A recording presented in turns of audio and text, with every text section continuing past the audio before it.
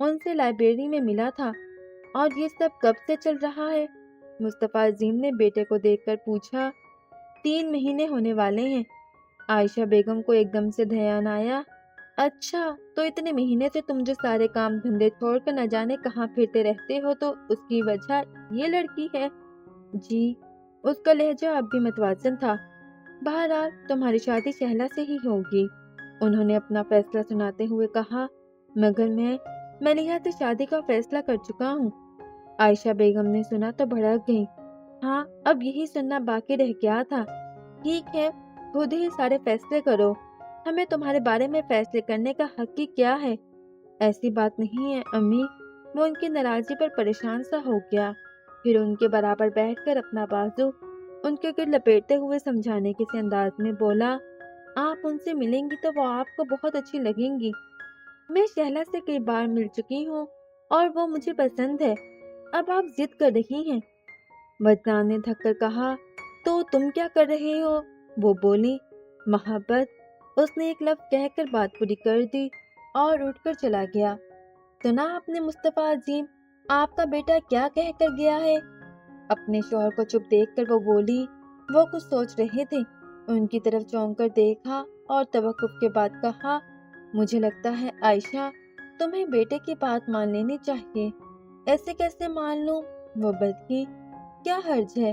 وہ ان کے بدکنے پر بولے، اس گھر میں شہلا بہو بن کر آئے یا ملیحہ، ہمیں کوئی فرق نہیں پڑے گا، لیکن وجدان کو فرق پڑے گا، آخر زندگی تو اسے گزارنی ہے۔ اور انیکا، کیا اسے بھی فرق نہیں پڑے گا؟ اس کی چھوٹی بہن دیورانی بن کر اس گھر میں آنے والی تھی، اب کوئی اور آئے گی تو کیا اسے برا نہیں لگے گا؟ میرے کہنے پر وہ اپنے ماں باپ سے بھی بات کر چکی ہے۔ اب تک چپ مزمل ان کی بات پر پریشان ہو کر بولا، امی، آپ کو بات اس حد تک بڑھانے کی کیا ضرورت تھی؟ چلے انیکا تو میری بیوی ہے، لیکن اس کی فیملی کے سامنے مجھے کس قدر شرمندگی کا سامنا کرنا پڑے گا؟ کسی چیز کا سامنا نہیں کرنا پڑے گا، میں نے کہہ دیا شہلا ہی اس گھر میں آئے گی۔ تم نے تو کہہ دیا، لیکن جو ابھی وجدان کہہ کر گیا ہے اس کا کیا؟ بہو کیا سوچے گی؟ اس کی پرواہ ہے، بیٹے کا خیال نہیں؟ وہ واضح ملامت کر رہے تھے۔ عائشہ اس الزام پر اچھل پڑی، خیال کیوں نہیں ہے، ماں ہوں اس کی، بہت سوچ سمجھ کر شہلا کا انتخاب کیا تھا کہ وجدان کے مزاج میں سنجیدگی ہے، اور شہلا بھی کم گو اور دھیمے مزاج کی لڑکی ہے، پھر پڑھی لکھی اور خوبصورت بھی ہے۔ آپ خود جانتے ہیں، بتائیں ذرا، ہے کوئی کمی اس میں؟ کمی بے شک کوئی نہیں، پر اس کا کیا حال کہ وجدان کو ملیحہ پسند ہے؟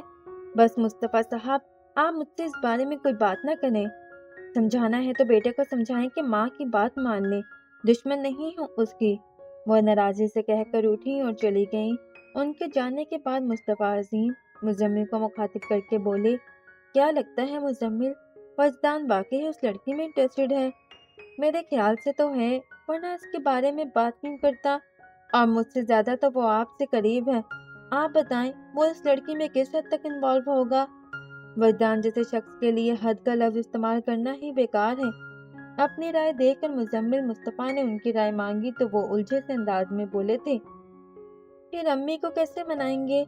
مزمل نے فکر مندی سے کہا تو مصطفیٰ صاحب کہنے لگے، مان جائے گی، ویسے اس کا رد عمل فطری ہے، اور دھچکا تو مجھے بھی لگا تھا، لیکن پھر میں نے محسوس کیا وجدان ملیحہ سے ڈیپلی انوالو ہے تو خود کو سمجھا لیا کہ زندگی تو اس کی ہے، اگر ملیحہ کے ساتھ گزارنا چاہتا ہے تو ہمیں اعتراض نہیں کرنا چاہیے۔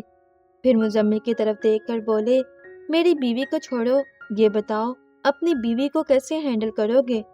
مجھے نہیں لگتا انیکا اس بارے میں مجھ سے کوئی بحث کرے گی، اس نے خود سنا ہے کہ وجدان کسی اور لڑکی میں انٹرسٹڈ ہے، بلکہ میرا خیال ہے اب وہ خود بھی وجدان کی شادی شہلا سے نہیں ہونے دے گی۔ ہاں، مصطفیٰ عظیم اس کی بات پر سر ہلانے لگے۔ پھر مزمل اپنے کمرے میں اٹھ کر چلا گیا اور مصطفیٰ عظیم وجدان کے کمرے میں آ گئے۔ تکیہ اونچا کر کے بیڈ پر نیم دراز یک ٹک سامنے دیوار کو دیکھتا ہوا وہ اتنی گہری سوچ میں تھا کہ ان کے آنے کو محسوس بھی نہیں کیا۔ مصطفیٰ عظیم اسے دیکھ کر مسکرائے اور چھیڑنے کے انداز میں کہا، غم منایا جا رہا ہے؟ وجدان نے ذرا سا چونک کر انہیں دیکھا اور سیدھا ہو بیٹھا۔ وہ بیڈ پر بیٹھ کر گہری نظروں سے وجدان کا چہرہ دیکھنے لگے۔ بہت پیار کرتے ہو؟ وجدان سر کو جھکا کر یوں ہی مسکرانے لگا تو وہ اس کے کندھوں پر بازو پھیلا کر بے تکلفی سے بولے، کم آن سن، ہم دونوں ہمیشہ سے اچھے دوست ہیں۔ انہوں نے اس کی تائید مانگی تو اس بات میں سر ہلا کر وہ دھیرے سے بولا، بہت سے بھی زیادہ۔ اسے پھر چپ ہوتا دیکھ کر وہ کہنے لگے، میری ہونے والی بہو کے بارے میں کچھ نہیں بتاؤ گے؟ وجدان سمجھ رہا تھا کہ وہ اس طرح کی باتیں کر کے اس کا موڈ بدلنے کی کوشش کر رہے ہیں، اس لیے ٹالنے والے انداز میں کہا، کیا بتاؤں؟ وہ سوچتے ہوئے بولے، جو بھی تم جانتے ہو۔ اچھا چلو یہ بتاؤ، دیکھنے میں کیسی ہے؟ وہ ذرا سا مسکرا کر بولا، اچھی ہیں۔ بس؟ مصطفیٰ نے حیرت سے اسے دیکھا۔ یہی سوال اگر میں تمہاری عمر کے کسی دوسرے لڑکے سے کرتا تو وہ کہتا، تارا سی آنکھیں ہیں، پنکھڑیوں جیسے ہونٹ ہیں، گھٹاؤں جیسی زلفیں ہیں، ایسا حسن میں نے اور کہیں نہیں دیکھا ہوگا، وغیرہ وغیرہ، اور تم بس اچھی ہیں۔ وجدان ان کے سٹائل پر ہنسنے لگا۔ وہ چپ ہوئے تو ان کو دیکھ کر کہنے لگا، ستارہ سی آنکھیں، اس نے کہا اور ملیحہ کی آنکھوں کو یاد کرنے لگا۔ ان کی آنکھیں ستارہ سی ہیں یا نہیں، پر جس طرف اٹھ جاتی ہیں وہاں روشنی ہو جاتی ہے۔ ہونٹوں پر بھی کبھی دھیان نہیں دیا، لیکن ان کی مسکراہٹ سچ میں بہت پیاری ہے، اور زلفیں شاید گھٹاؤں جیسی ہی ہوں، کبھی نوٹ نہیں کیا۔ ہاں، مگر جب ان کے بال ہوا سے لہراتے ہیں تو لگتا ہے گھٹا برس رہی ہے۔ میں کبھی کبھی حیران ہو جاتا ہوں، کوئی اتنا حسین کیسے ہو سکتا ہے کہ اس کا حسن آس پاس کی ہر چیز کو حسین بنا دے۔ پھر وہ اچانک ہی بولتے ہوئے چپ ہو گیا۔ مصطفیٰ عظیم کی طرف دیکھتے ہوئے کہا، امی بہت ناراض ہے نا؟ یہ مائیں ایسی ہی ہوتی ہیں، پہلے ناراض ہو جاتی ہیں، پھر مان بھی جاتی ہیں۔ تمہاری ماں بھی مان جائے گی، فکر مت کرو۔ اس کے بال بکھیرتے ہوئے انہوں نے ایسے کہا جیسے وجدان چھوٹا بچہ ہو، پھر گلے لگا کر اس کی پیٹھ تھپکی، آرام سے سو جاؤ، میں عائشہ کو سمجھا لوں گا، تم ٹینشن مت لینا۔ خود سے الگ کر کے انہوں نے وجدان کا ماتھا چوما، پھر جب تک وہ کمبل لے کر لیٹ نہیں گیا وہ وہیں کھڑے رہے۔ اس کے بعد لائٹ آف کر کے چلے گئے، مگر وجدان کوشش کے باوجود آنکھیں بند نہیں کر سکا۔ حالانکہ مصطفیٰ عظیم سے بات کر کے وہ ہلکا سا ہو گیا تھا اور اسے یقین تھا کہ وہ ہر قیمت پر عائشہ مصطفیٰ کو راضی کر لیں گے۔ انہیں وجدان سے ایسی ہی محبت تھی، مگر کوئی چیز پھر بھی اسے بے چین کر رہی تھی۔ شاید وہ نمکین پانی تھا جو ملیحہ کی آنکھوں سے بہہ کر گالوں سے پھسلتا گود میں رکھے اس کے ہاتھوں کی پشت پر بے آواز گر رہا تھا۔ وجدان اٹھ بیٹھا اور اندھیرے میں اپنے ہاتھ پھیلا کر ایک ہاتھ سے دوسرے ہاتھ کی پشت کو چھوا۔ اسے لگ رہا تھا کہ کسی نے گرم سیال اس کے ہاتھوں پر انڈیل دیا ہو، مگر بابا جان کا تو جسم ہی ایندھن بن گیا تھا۔ وہ بھلا کب ملیحہ کو اس گستاخی کی اجازت دے سکتے تھے؟ اس کے سامنے تو پھر بھی ضبط کرتے رہے تھے، مگر اب غضب و غضب ان کے ہر انداز سے جھلک رہا تھا۔ تیز تیز راکنگ چیئر کو آگے پیچھے جھلاتے وہ مستقل اپنے ابال کو کم کرنے کی کوشش کر رہے تھے، پر اس کوشش کا کوئی نتیجہ برآمد نہیں ہو رہا تھا۔ پھر وہ اٹھ کر بیڈ تک آئے اور اپنے سب سے قریبی دوست ملک ناصر کو فون کرنے لگے۔ ہیلو کی آواز سنتے ہی بابا جان نے کہا، ملک میں آ رہا ہوں، اور ان کی بات سننے سے پہلے فون رکھ دیا۔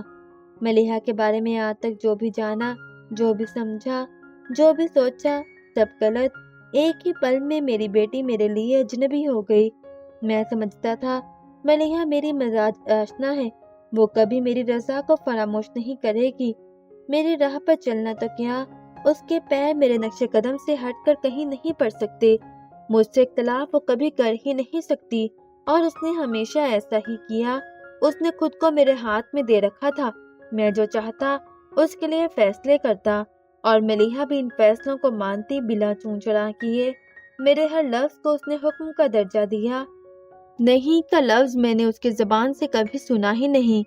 بچے ضد کرتے ہیں، مگر اس نے تو کبھی فرمائش بھی نہیں کی۔ میں نے جو بھی دیا اس نے قبول کر لیا، کبھی پسند ناپسند کا راگ نہیں الاپا، اور مجھے یقین ہو گیا میری بیٹی میرے پسند کے سانچے میں ڈھلی ہے۔ ملک ناصر کے سامنے ان کے گھر کے ڈرائنگ روم میں بیٹھے اپنی بھڑاس نکالتے ہوئے وہ ذرا دیر کو تھمے، پھر دکھ سے بولے، مگر آج پتہ چلا میرا یقین جھوٹا تھا۔ میری اجازت کے بغیر اس نے اپنے لیے ایک ایسی راہ کو پسند کیا جو مجھے پسند نہیں۔ آج اس نے ایک طلاق کی جرت کی ہے اور ایک فیصلہ بھی جسے وہ چاہتی ہے میں مان لوں، جھک جاؤں اس کے سامنے۔ وہ آتشی لہجے میں پھٹ پڑے، پھر اچانک ہی ان کا لہجہ سست ہو گیا۔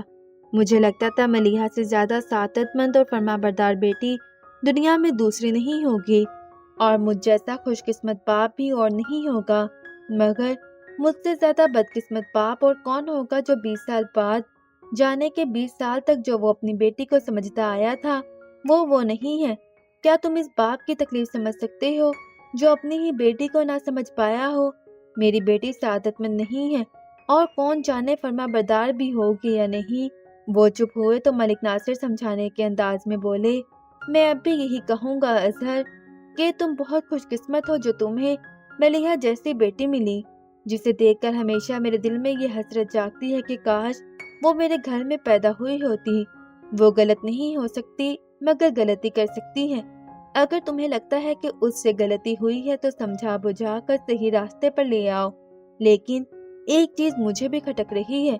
انہوں نے بابا جان کو دیکھا اور کہا، نور الہدیٰ کو محبت کرنے کی اجازت دیتے ہو تو ملیحہ کو یہ اجازت کیوں نہیں ہے؟ کیونکہ میں نے ملیحہ کے لیے نور الہدیٰ کا انتخاب کیا ہے۔ اس سے محبت کرنے کی اجازت ہے، مگر صرف نور الہدیٰ سے محبت کرنے کی، اور کسی سے نہیں۔ نور الہدیٰ کی کیا بات کرتے ہو؟ اس نے اس سے محبت کی جسے میں نے اس کے لیے پسند کیا۔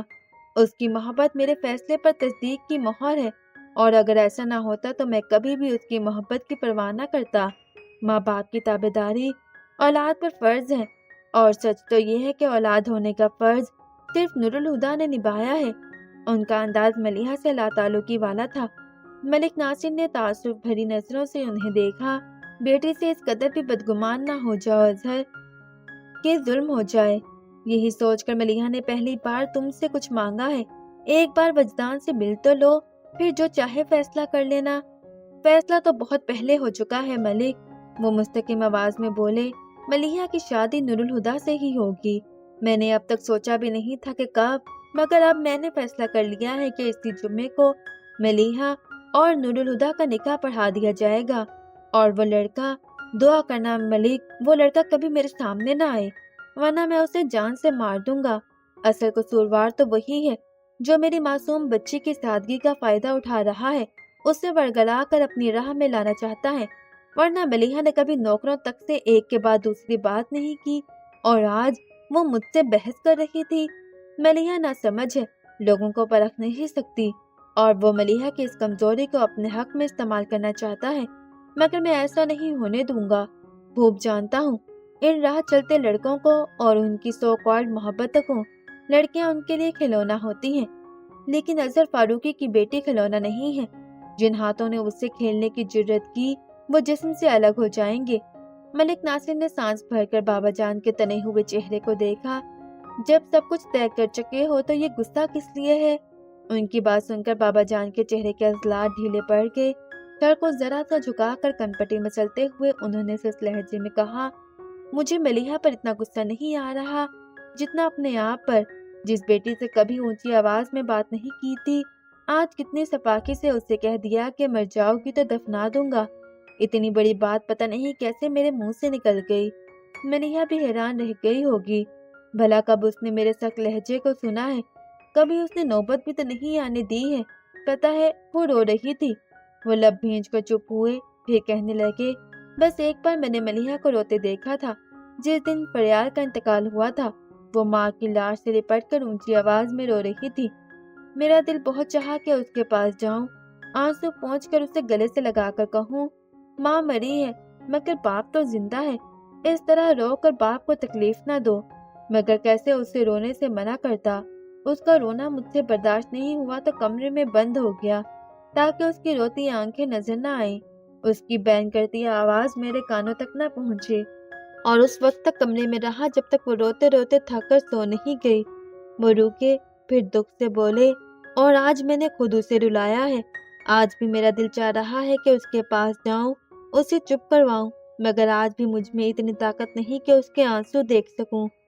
ملک ناصر کو ان کے الفاظ اور ان کے بکھرے بکھرے انداز پر کوئی حیرت نہیں ہوئی، کیونکہ فریال کے بعد ملک ناصر ہی وہ دوسرے شخص تھے جو اس رات سے واقف تھے کہ باہر سے سخت نظر آنے والے اظہر فاروقی اندر سے بہت نرم تھے اور انہیں بھی اپنی نرمی کا احساس نہیں تھا۔ کچرے فاروقی پہنچ کر بھی بابا جان ایک پل کے لیے چین سے نہیں بیٹھ سکے، مگر اس کے باوجود وہ اپنے فیصلے پر قائم تھے۔ باقی رات انہیں اپنے فیصلے کو مضبوط کرنے میں لگی۔ فجر کی نماز پڑھ کر وہ کمرے سے باہر آئے اور دھیرے دھیرے ملیحہ کو کمرے کو جاتی سیڑھیاں چڑھنے لگے۔ دروازہ کھول کر انہوں نے نماز پڑھتی ملیحہ کی پشت کو دیکھا۔ وہ وہیں رک کر اس کے فارغ ہونے کا انتظار کرنے لگے۔ ملیحہ نے سلام پھیرا اور وہ کہنے لگے، آج سے 3 دن بعد یعنی جمعہ کے روز تمہارا نور الہدا کے ساتھ نکاح ہے۔ تمہیں جو بھی تیاری کرنی ہو آج اور کل میں مکمل کر لینا۔ بڑا فنکشن نہیں ہے، بس تمہارے ننیال والے اور میرے کچھ دوست ہوں گے، شاید کچھ مہمان نور الہدا کے بھی ہوں۔ تم جن کو بلانا چاہو ان کے ناموں کی فہرست بنا کر میرے کمرے میں لے آؤ۔ اپنی بات کہہ کر انہوں نے ملیحہ کا چہرہ دیکھنے کی کوشش کی، پر وہ آدھا چہرہ ہی دیکھ پائے، مگر وہ آدھا چہرہ پوری رات کی کہانی سنا رہا تھا۔ بابا جان کے اندر کشمکش چھڑ گئی تھی، مگر وہ اب بھی ہار ماننے کو تیار نہیں تھے، لیکن انہیں احساس تھا کہ وہ کمزور پڑتے جا رہے ہیں۔ اس لیے جب نور الہدا سے بات کر کے اسٹڈی میں آئے تو خود اپنے فرار کی راہیں روکنے کے لیے عزیزوں رشتہ داروں کو فون کر کے ملیحہ اور نور الہدا کی شادی کی اطلاع دے کر شام میں منگنی کے لیے دعوت دے ڈالی۔ اور افتخار حسن اس اطلاع پر حیرت سے مبارکباد دیتے ہوئے بولے، مبارک ہو بھائی صاحب، ویسے یہ خبر غیر متوقع تو نہیں ہے لیکن کافی اچانک ہے، آپ کو بھی مبارک ہو، اور شام میں سب گھر والوں کو لے کر آ جائیے گا، منگنی کی چھوٹی سی تقریب ہے۔ بابا جان نے دانستہ ان کی اگلی بات انسنی کر دی تھی۔ ضرور، افتخار حسن نے کہا، ابھی کچھ دیر پہلے ملیحہ کا فون آیا تھا، لیکن اس نے نہ شادی کے بارے میں بتایا نہ منگنی کے بارے میں۔ بابا جان چونکے، ملیحہ کا فون آیا تھا؟ ہاں، سمیرہ سے بات ہوئی تھی، اس نے سمیرہ کو فوراً بلوایا تھا، مگر شادی کے بارے میں یقیناً نہیں بتایا، ورنہ سمیرہ ضرور ذکر کرتی۔ ابھی تک آپ کی طرف پہنچی نہیں؟ آخر میں انہوں نے پوچھا۔ راستے میں ہوگی۔ اچھا افتخار، میں فون رکھتا ہوں، باقی سب کو بھی اطلاع دینی ہے۔ جی بھائی صاحب، اللہ حافظ۔ فون رکھ کر بابا جان سوچنے لگے کہ ملیحہ نے سمیرہ کو کیوں بلوایا ہوگا۔ پھر جب سمیرہ ان کے پاس آئی اور ان سے ملیحہ کو ساتھ شاپنگ پر لے جانے کی اجازت مانگی تو وہ فوراً ہی سمجھ گئے کہ ملیحہ نے سمیرہ کو کیوں بلوایا تھا۔ انہوں نے سمیرہ کو اجازت دے دی اور سمیرہ کے جاتے ہی انہوں نے ریسیور اٹھا کر ایک نمبر ڈائل کیا۔ ہیلو، دوسری طرف سے ملک ناصر نے فون اٹھا کر کہا، ملک تم ابھی آ سکتے ہو؟ ان کی آواز سن کر بابا جان نے کہا، ہاں لیکن کیا بات ہے؟ فون پر نہیں بتا سکتا، تم آ جاؤ پھر بات ہوگی۔ اتنا کہہ کر انہوں نے ریسیور رکھ دیا۔ بہادر ان کی چائے لے کر آیا تو وہ ہنوز سوچ میں ڈوبے تھے۔ وہ کپ رکھ کر پلٹنے لگا تو بابا جان نے اسے روک کر کہا، بہادر ڈرائیور آ جائے تو اسے میرے پاس بھیجنا۔ جی کرنل صاحب۔ وہ سر ہلا کر چلا گیا۔ ملک ناصر چند منٹوں بعد کچرے فاروقی میں تھے۔ انہوں نے لاؤنج میں سے گزرتے بہادر سے اظہر فاروقی کا پوچھا اور اسٹڈی میں آ گئے۔ بابا جان کے مقابل میز کے دوسری طرف رکھی کرسی پر بیٹھنے کے بعد انہوں نے پوچھا، اب بتاؤ کیا بات ہے؟ ملیحہ وجدان سے ملنے گئی ہے، وہ پرسکون لہجے میں بولے تھے۔ ملک ناصر کچھ دیر خاموش رہے، پھر پوچھا، تمہیں بتا کر گئی ہے؟ نہیں، بس میرا اندازہ ہے، غلط بھی تو ہو سکتا ہے۔ ہاں ہو سکتا ہے، مگر اس کا کوئی چانس نہیں۔ ابھی وہ بول ہی رہے تھے کہ ڈرائیور آ گیا۔ ملیحہ کو لے کر آئے ہو؟ نہیں کرنل صاحب، بی بی لائبریری کے پاس اتر گئی تھی اور کہا تھا کہ سمیرہ بی بی کو ان کے گھر چھوڑ کر واپس آ جاؤں۔ بابا جان ہوں کہہ کر خاموش ہو گئے۔ ملک ناصر نے ڈرائیور سے کہا، تم جاؤ۔ وہ چلا گیا تو بابا جان نے ہلکی آواز میں کہا، میری بیٹی نافرمان بھی ہو گئی ہے، لیکن میں اسے خود سے بغاوت نہیں کرنے دوں گا۔ تو کیا کرو گے؟ ملک ناصر سرسراتے لہجے میں بولے، وجدان کو قبول کر لوں گا۔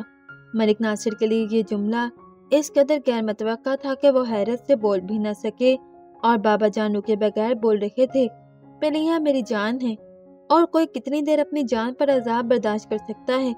اسے تکلیف پہنچا کر ایک رات کاٹنا مشکل ہو گیا تھا۔ ساری عمر اس احساس کے ساتھ کیسے گزار پاؤں گا کہ وہ میری وجہ سے دکھ میں ہے۔ کل وہ بار بار مجھ سے کہہ رہی تھی کہ وجدان سے مل لوں۔ اگر آج وہ وجدان سے ملی تو اسے میرے پاس ضرور لائے گی، اور وہ لڑکا اگر ملیحہ سے اتنی محبت کرتا ہے تو اس کا ہاتھ مانگنے میرے پاس آ جائے تو میں بخوشی ملیحہ کا ہاتھ اس کے ہاتھ میں دے دوں گا۔ اور نور الہدیٰ؟ ملک ناصر نے مبہم سا سوال کیا۔ وہ پہلے ہی کہہ چکا ہے کہ ملیحہ کی مرضی کے بغیر اس سے شادی نہیں کرے گا، اور اگر اسے پتہ چل جائے کہ ملیحہ وجدان سے شادی کرنا چاہتی ہے تو سب سے پہلے وہ ہی ان دونوں کی وکالت کرے گا۔ اسے واقعی ملیحہ کا بہت خیال ہے، بلکہ وہ بدماش تو ملیحہ کی خاطر مجھ سے جھوٹ بولنے سے بھی نہیں چوکتا۔ کچھ یاد کر کے وہ مسکرانے لگے۔ انہیں ایسا لگ رہا تھا کہ کوئی بھاری بوجھ ان کے سر سے سرک گیا ہو۔ وجدان کی صبح بھاری سر کے ساتھ ہوئی تھی۔ رات نیند بھی بہت دیر سے آئی تھی، اس لیے آنکھ بھی دیر سے کھلی۔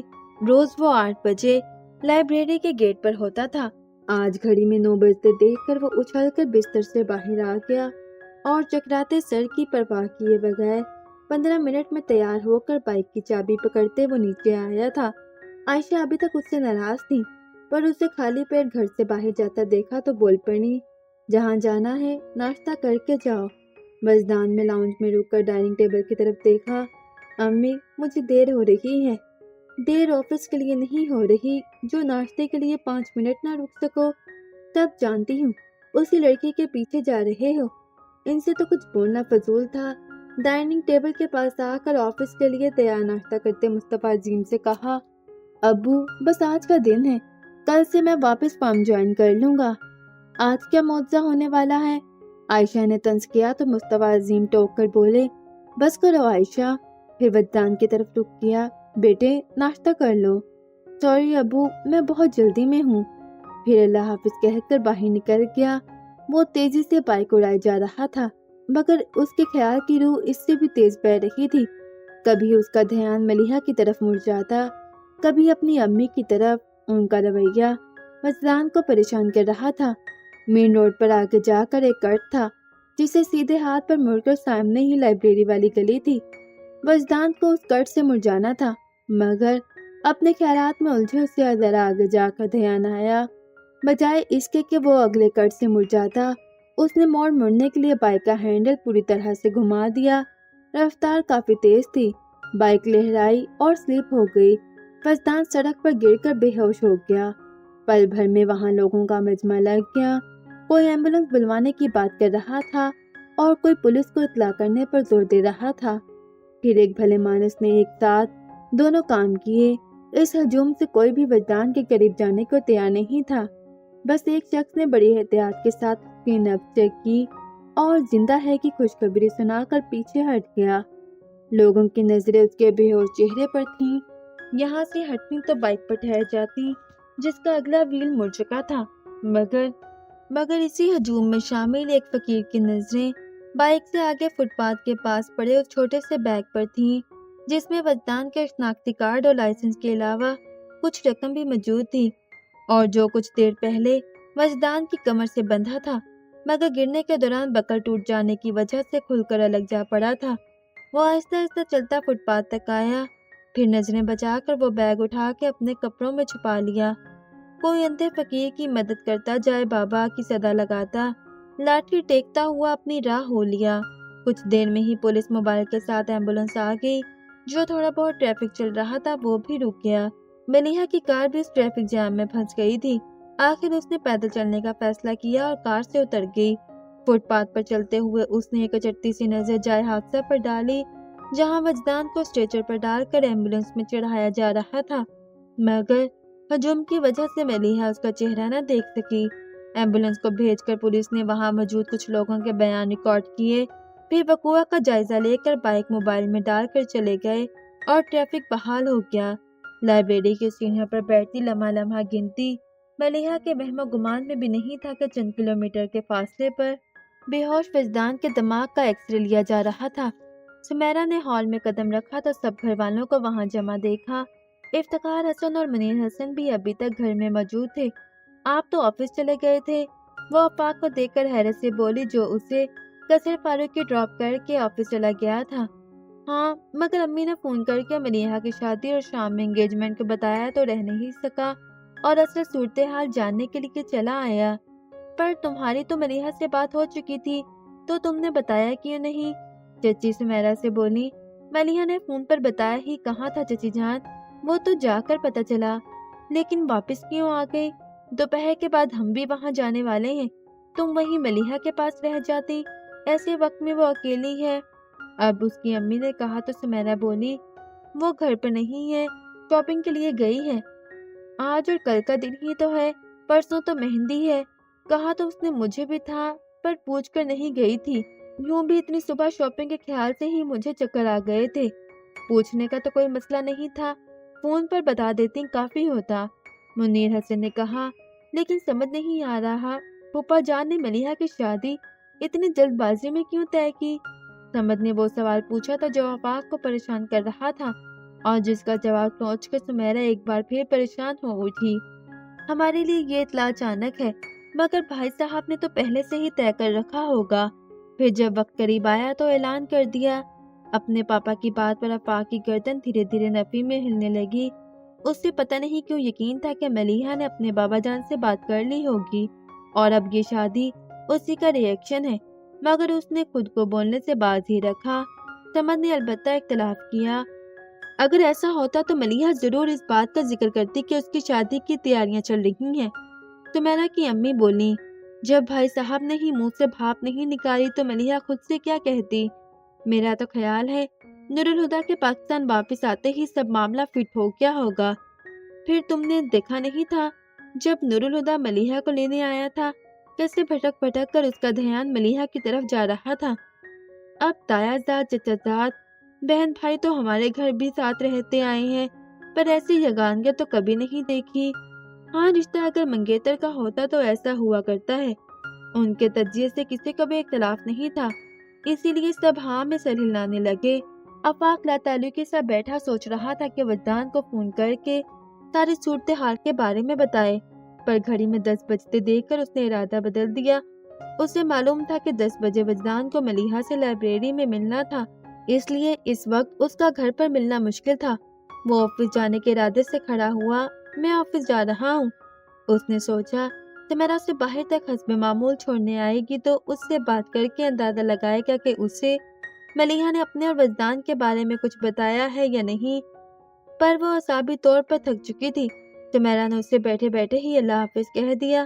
آفاق نے سوچا اس سے باہر آنے کو کہے، پھر خیال آیا ملیحہ پورے سیاق و سباق کے ساتھ واقعہ وجدان کے گوش گزار کر ہی دے گی، جس کے بعد وجدان یقیناً اس سے کانٹیکٹ کرے گا، تو پھر سمیرا سے پوچھنے کی ضرورت ہی کیا ہے؟ ممکن ہے ملیحہ نے اسے نہ بتایا ہو اور آفاق کی باتوں سے وہ مشکوک ہو جائے۔ سمیرا سے بات کرنے کا خیال تک کر کے وہ آفس کے لیے نکل گیا، مگر وہ آفس میں بھی الجھا ہی رہا۔ ہر بار جب اس کے ڈیسک پر رکھا فون بجتا تو وہ یہ سوچ کر فون اٹھاتا کہ شاید وجدان کا ہو۔ آخر 3 گھنٹے بعد اس نے وجدان کے گھر فون ملا دیا، جسے انیکا نے ریسیو کیا تھا۔ بھابھی السلام علیکم، وجدان بات کر رہا ہوں۔ وجدان گھر پر ہے؟ وعلیکم السلام، اور آج کل آپ کے دوست کا کوئی ٹھکانہ نہیں، اتنا تو آپ بھی جانتے ہیں، مطلب وہ گھر پر نہیں ہے، صحیح سمجھے؟ اچھا، آفاق نے اچھا کو لمبا کھینچا۔ بھابھی اگر وہ گھر آئے گا اس کا فون ہی آ جائے تو اس سے کہیے گا فوراً مجھ سے بات کرے، یوں سمجھے ایمرجنسی ہے۔ ٹھیک ہے، اس سے بتا دوں گی، اللہ حافظ۔ فون رکھ کر وہ پلٹی تو عائشہ مصطفیٰ نے پوچھا، کس کا فون تھا؟ آفاق کا، کہہ رہے تھے وجدان سے ضروری کام ہے، گھر آئے تو اس سے کہیں کہ مجھ سے بات کر لے۔ ایسا کیا ضروری کام پڑ گیا؟ وہ اجنبی سے بولی، ہوگا کوئی کام، میں نے پوچھا نہیں۔ انیکا نے شانے اچکا دیے۔ وجدان کے ایکس رے کلیئر تھے، اس سے کوئی گہری چوٹ نہیں آئی تھی، مگر اب تک وہ بے ہوش تھا، اس کے پاس سے ایسی کوئی چیز نہیں مل سکی جس سے اس کی شناخت ہو پاتی، جائے حادثہ سے بھی پولیس کو ایسی کوئی چیز دستیاب نہیں ہوئی۔ اب ایک ہی طریقہ تھا کہ بائک کے رجسٹریشن نمبر کے ذریعے اس کا اتا پتہ معلوم کرنے کی کوشش کی جاتی۔ یہ 18 دسمبر 1981 کا سردین تھا۔ آج کا کمپیوٹرائز دور نہیں تھا، اس وقت ریکارڈ ہاتھ سے تیار کیے جاتے تھے، اور اگر کہیں کوئی فائل نکالنی ہوتی تو گھنٹوں اسٹور روم میں فائلوں کے انبار کے ساتھ سر کھپانا پڑتا۔ وجدان کی شناخت بھی ایسا ہی سردرد ثابت ہونے والی تھی جس میں گھنٹوں لگ جاتے۔ آفاق سب کام چھوڑ کر بس وجدان کے فون کا انتظار کر رہا تھا۔ آخر تھک کر اس نے خود وجدان سے ملنے کا فیصلہ کیا اور آفس سے اٹھ گیا۔ لائبریری کے گیٹ سے دور کار روک کر بیٹھا آفاق سوچ رہا تھا کہ اسے وجدان یہاں ملے گا یا نہیں۔ وہ ملیحہ سے 10 بجے ملنے والا تھا اور اب 5 بج رہے تھے۔ ضروری نہیں تھا کہ وہ دونوں اب تک لائبریری میں ہوتے، پھر اس کے ساتھ ملیحہ بھی ہوتی۔ ابھی وہ سوچ رہا تھا کہ اس نے ملیحہ کو لائبریری سے نکل کر سڑک کراس کر کے جنرل اسٹور میں جاتے دیکھا۔ آفاق کے پیشانی پر سلوٹیں ابھر آئیں۔ کچھ دیر بعد ملیحہ اسٹور سے نکل کر باہر آئی اور ٹیکسی میں بیٹھ کر چلی گئی۔ وجدان کہاں رہ گیا؟ آفاق ملیحہ کی پریشانی بھانپ چکا تھا۔ اس نے زیر لب کہا تھا، پھر وہ کار سے اتر کر اسی اسٹور میں آیا جہاں سے کچھ دیر پہلے ملیحہ نے فون کیا تھا اور اپنے پاپا کے آفس کا نمبر ملا دیا۔ پاپا، وجدان آفس میں ہے؟ کیا بات ہے؟ آج ہر کوئی اسے میرے آفس میں کیوں فون کر رہا ہے؟ ابھی 2 منٹ پہلے کسی لڑکی کا فون بھی آیا تھا، وجدان کا پوچھ رہی تھی۔ اب تم بھی اس کا پوچھ رہے ہو؟ چکر کیا ہے؟ کوئی چکر نہیں ہے پاپا، اچھا میں فون رکھتا ہوں۔ پھر اللہ حافظ کہہ کر اس نے فون رکھ دیا۔ میرا شک ٹھیک نکلا، وجدان ملیحہ سے ملنے نہیں آیا، پر کیوں؟ آفاق پیشانی مسلتے ہوئے سوچنے لگا۔ پھر آرٹس کونسل میں اس کی تلاش کرنے کے بعد وہ ساجد کی طرف آ گیا۔ یار ساجد، وجدان کا کوئی پتہ ہے؟ وہ وہی لائبریری میں ہوگا۔ ساجد نے لائبریری سے کہا۔ وہ وہاں بھی نہیں ہے، بلکہ کہیں بھی نہیں ہے، آفاق نے کہا، پھر پریشانی سے بولا۔ ساجد، اس کا ملنا خود اس کے لیے بہت ضروری ہے، کہیں سے بھی اسے ڈھونڈنا ہوگا۔ سب ٹھیک تو ہے؟ اس کے انداز پر وہ پریشان ہو گیا۔ آفاق لب بھینچ کر خاموش ہو گیا۔ ساجد اس کا دوست ہی، پر وہ اس کے سامنے ملیحہ کا نام نہیں لینا چاہتا تھا۔ ساجد بھی اس کی خاموشی سے سمجھ گیا کہ کوئی ایسی بات ہے جو آفاق اسے بتانا نہیں چاہتا۔ اس نے پھر کوئی سوال نہیں کیا اور اس کے ساتھ اٹھایا۔ خوش قسمتی سے اس نئے ماڈل کی بائک جسے خریدے ہوئے بھی زیادہ عرصہ نہیں ہوا تھا، اس کی فائل توقع سے کم وقت میں اسٹور روم سے برآمد ہوئی۔ بائک کی رجسٹریشن مزمل مصطفیٰ کے نام پر تھی۔ فائل میں مزمل کی تصویریں بھی موجود تھیں۔ تصویر میں نظر آ رہا تھا چہرہ زخمی کے چہرے سے تھوڑی مشابہت تو رکھتا تھا، مگر پھر بھی کافی الگ تھا۔ رجسٹریشن فائل سے زخمی کی شناخت تو نہیں ہو سکی، پر اس امید پر کہ مزمل مصطفیٰ اس نوجوان کی شناخت کر سکے، ایس ایچ او نے کاغذات سے ملنے والے اس کے آفس کے نمبر پہ اسے فون کیا اور حادثے کی اطلاع دے دی۔ مزمل ایک پل میں سمجھ گیا کہ زخمی نوجوان کون ہوگا۔ بائک کی رجسٹریشن تو مزمل کے نام پر تھی، مگر اس کا استعمال صرف وجدان ہی کیا کرتا تھا۔ فون پر بتائے گئے حلیے کو پہچان کر بھی مزمل نے خود جا کر تصدیق کرنا ضروری سمجھا اور اپنے گھر والوں کو حادثے کی اطلاع کیے بغیر ہسپتال آ گیا، جس کا نام اسے ایس ایچ او نے بتایا تھا۔ جنرل وارڈ کے بیڈ پر وجدان کو دیکھ کر مزمل سکتے میں رہ گیا۔ اس نے فوراً ہی ڈاکٹر سے اس کی حالت کے بارے میں پوچھا۔ ہی از فائن، بائک سے گرنے کی وجہ سے دونوں گھٹنے چھل گئے ہیں اور بائیں پنڈلی پر بھی کچھ چوٹیں آئی ہیں، مگر وہ سب معمولی ہیں۔ ہیلمٹ نہ ہونے کی وجہ سے سر پر چوٹ آئی ہے، مگر وہ زیادہ گہری نہیں، لیکن ان کی بے ہوشی اسی چوٹ کی وجہ سے ہے۔ کوئی پریشانی کی بات تو نہیں ہے؟ وہ فکر مندی سے بولا۔ بالکل نہیں، ہوش میں آتے ہی ان کا ہلکا پھلکا چیک اپ ہوگا، اس کے بعد یہ گھر جا سکتے ہیں۔ اور اسے ہوش کب تک آئے گا؟ آپ کے بھائی کو 2-3 گھنٹے میں ہوش آ جائے گا۔ مگر آپ سے میں نے کہا نا کہ فکر کی کوئی بات نہیں۔ ہر طرف سے مطمئن ہو کر مزمل نے اسے روم میں شفٹ کرنے کا بندوبست کیا۔ اب اسے مصطفیٰ عظیم کو اطلاع کرنی تھی۔ اسے فون پر ایسی پریشان کن خبر دینا مناسب نہیں لگا تو ان کے آفس آ گیا۔ ابو، میں آپ کو لینے آیا ہوں۔ کیوں؟ وہ حیران ہوئے۔ مزمل ہچکچایا، پھر سوچا بتانا تو پڑے گا، وجدان کا چھوٹا سا ایکسیڈنٹ ہو گیا ہے۔ کیا کہہ رہے ہو؟ مزمل نے کوشش کی تھی کہ خبر سناتے وقت وہ ریلیکس رہے، مگر مصطفیٰ عظیم پھر بھی پریشان ہو گئے۔ ابو پلیز پریشان مت ہو، وہ ٹھیک ہے، آپ آرام سے بیٹھ جائیے۔ مزمل نے ان کے شانوں پر ہاتھ رکھ کر انہیں بیٹھنے کو کہا۔ وہ اس سے ہاتھ اٹھا کر بولے، مجھے اس کے پاس لے چلو مزمل۔ لے جانے ہی آیا ہوں، مگر آپ بیٹھ تو جائیں۔ اس بار مزمل نے انہیں زبردستی بٹھا دیا، پھر پانی کا گلاس ان کے ہاتھ میں دے کر کہا، آپ خود کو ریلیکس کریں، وہ بالکل ٹھیک ہے، تب تک میں گھر پر اطلاع کرتا ہوں۔ وہ پانی کا گلاس پکڑے ٹکر ٹکر اسے دیکھتے رہے۔ مزمل نے پھر ان سے کچھ نہیں کہا اور گھر پر فون کرنے لگا۔ بیل جانے کی آواز سن کر وہ دعا کرنے لگا کہ فون انیکا ہی اٹھائے۔ پھر ایسا ہی ہوا۔ انیکا، مجھے تم سے خاص بات کرنی ہے، اس لیے پہلے تم آرام سے بیٹھ جاؤ۔ ایسی کیا بات ہے؟ انیکا جو فون سننے سے پہلے پاس رکھی کرسی پر بیٹھ گئی تھی، مزمل کی آواز سن کر گھبراہٹ میں کھڑی ہو گئی۔ مزمل نے نرمی سے ٹوکا، دیکھو اگر تم اس طرح کرو گی تو میں بات کیسے کروں گا؟ انیکا کو لگا وہ ٹھیک کہہ رہا ہے۔ اس نے اپنے حواس کو قابو میں کر کے کہا، ہاں اب بتائیں کیا بات ہے؟ وجدان کا معمولی ایکسیڈنٹ ہو گیا ہے۔ ایکسیڈنٹ؟ وہ خود کو پریشان ہونے سے روک نہیں پائی۔ ہاں مگر چھوٹا سا، وہ ہسپتال میں ہے، لیکن پریشانی کی کوئی بات نہیں، اسے صرف معمولی چوٹیں ہی آئی ہیں۔ میں ابو کو لے کر کچھ دیر بعد گھر آ جاؤں گا۔ تم امی کو حادثے کا بتا کر ذہنی طور پر تیار کر لو، ورنہ ہسپتال میں وجدان کو دیکھ کر وہ پریشان ہو جائیں گی، ٹھیک ہے؟ جی، اس نے کہہ کر فون رکھ دیا۔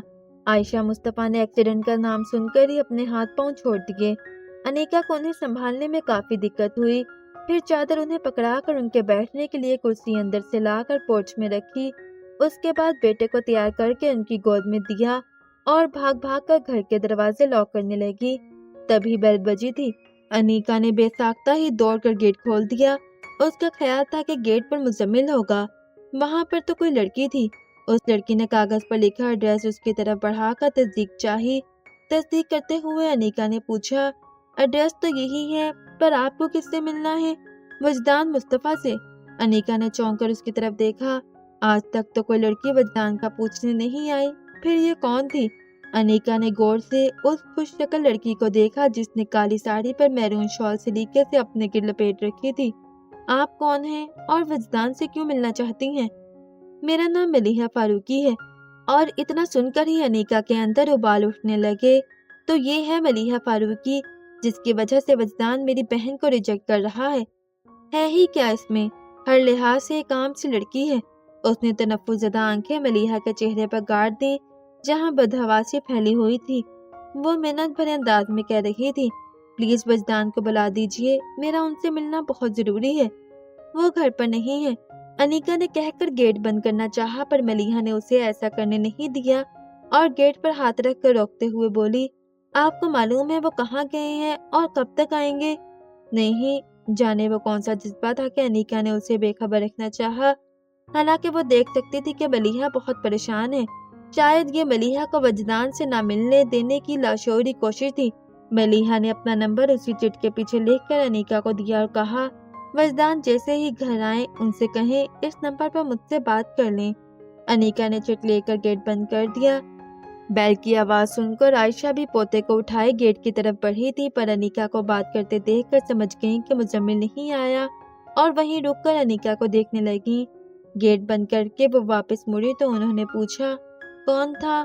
کوئی لڑکی تھی، غلط پتے پر آ گئی تھی، تنفس سے کہہ کر اس نے کاغذ کے چھوٹے چھوٹے ٹکڑے کر کے ہوا میں اچھال دیے۔